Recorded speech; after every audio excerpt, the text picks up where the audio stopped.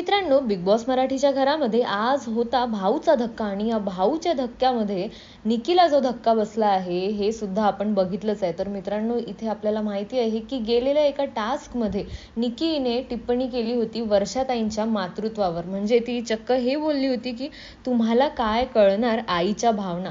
तर या गोष्टीवर रितेश यांनी बरंच काही ऐकवलं आहे निकीला आणि त्यावरनं हे सुद्धा बोलले आहे की तू सगळं झाल्यानंतर तू माफी मागते आणि हे तू प्रत्येक आठवड्यात केलेलं आहे आणि आता तुझ्या सॉरीचंही आम्हाला कौतुक राहिलेलं नाही आणि सॉरी ही नेहमी मनापासून आलं पाहिजे. म्हणजेच की तुम्हाला जर माफी मागायची आहे तर ती अगदी मनापासून मागितल्या गेली पाहिजे आणि यामध्ये तुझा सच्चेपणा दिसत नाही आहे असे रितेश बोलले आहे निकीला.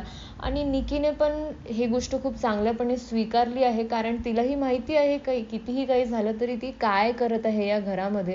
आणि ज्या प्रकारे रितेश बोलले आहे की इथे मराठी बिग बॉस न सुरू असता इथे निकीचा वेगळा बिग बॉस सुरू आहे आणि त्यामध्ये ती अशीच वागते. आणि इथे आता बरंच काही बोलण्यात आलं आहे पण याच बरोबर रितेश देशमुख यांनी वर्षाताईंचं कौतुक सुद्धा केलंय कारण निकी एवढं काही बोलून गेली ते सगळं झाल्यानंतरही वर्षाताईंनी निकीची माफी सुद्धा खूप चांगल्यापणे स्वीकारली आहे आणि त्या गोष्टीचं एवढं काही भांडवल सुद्धा केलेलं नाही आणि ही गोष्ट रितेश यांना खूप आवडली आहे.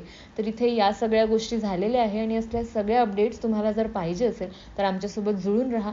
तुम्हाला जर हा व्हिडिओ आवडला असेल तर याला लाईक आणि शेअर नक्कीच करा आणि त्याबरोबर तुमची मतं आम्हाला कमेंट सेक्शनमध्ये कळू द्या.